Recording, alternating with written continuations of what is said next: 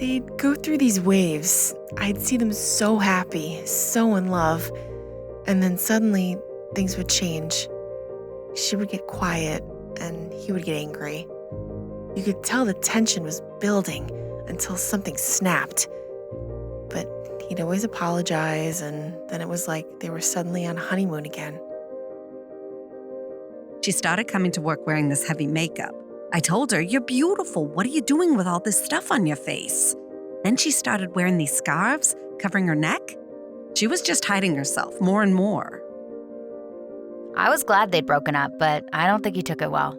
She would get these messages, texts, emails, wherever he could reach her. At first, she laughed it off, but when she finally showed me one, I was shocked at how angry and hurtful and threatening it was.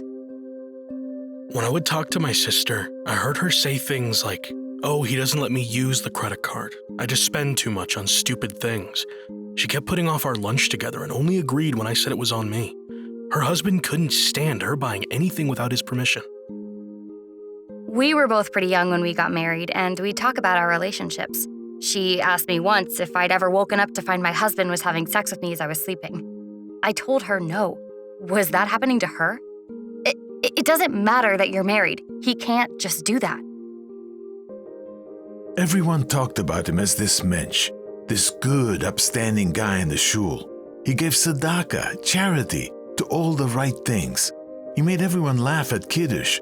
But outside of shul, he was constantly humiliating his wife, putting her down, telling her to keep quiet.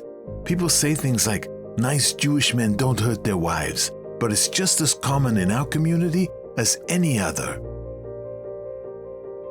I knew she loved the congregation. She loved the singing. So it was strange when she stopped coming all of a sudden. She told me her boyfriend didn't want her going there anymore and that she was a bad Jew. He made it clear that her practice was all wrong and his was right. She was heartbroken, but she wanted to make him happy. So that was that. It all comes down to this. It's never the victim's fault.